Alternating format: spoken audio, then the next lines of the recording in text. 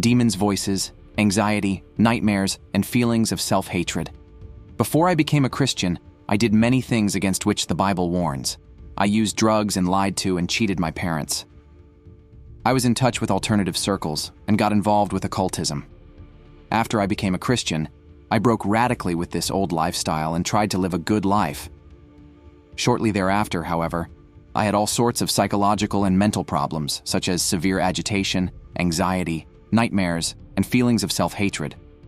For example, sometimes I felt a strong urge to go and stand right on the edge of the roof of my house. My life reached a low when I was seeking help from a Christian coach/personal instructor. My situation and my complaints reminded her of a previous client she'd worked with, whose symptoms had completely disappeared after remembering and facing up to repressed memories. She told me that this woman had previously been involved in Satanism, and that this was, in her opinion, the case with me as well. She advised me to look at what was going on in my head, and perhaps suppressed memories would surface. I had a hard time believing her hypothesis then, and I still think that she was very wrong. But I was looking so hard for a way out that I took her advice to heart. I decided to look at what was going on in my head. But then everything went really wrong. I saw the most horrible things and had terrible nightmares. I saw either a man in black or men in white who said horrible things to me, and I saw strange scenes that are so bad that I do not even want to write about them. Eventually, my mind was completely overwhelmed with restless, obsessive thoughts.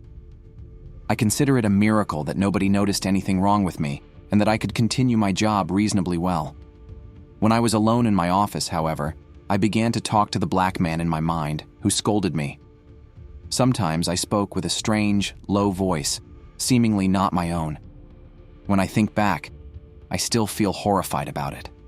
What if colleagues had seen me this way? Probably they would have immediately called an ambulance. Fortunately, the only one who really knew about my bizarre behavior was my personal coach. After about a year, I realized that I had better stop the sessions. I ended up with all these inner images and voices, and full of fear and confusion, I went to the ambulatory care facility of a psychiatric hospital. I was given antipsychotic drugs, which I did not like, but the workers were very friendly and involved. What really hit me was that a psychiatrist suggested I might be schizophrenic. I had never considered myself as such, and hearing this was terribly hard. Yet God intervened in an unexpected manner at the point of my greatest need. After much prayer, searching the scriptures, and calling to God for deliverance, I visited a Christian therapist, and he prayed a short prayer for me. In that prayer, he commanded all the evil spirits to disappear. In addition to this, he prayed that God would cover everything that I ought not to see. His approach was quite the opposite of that of my former coach.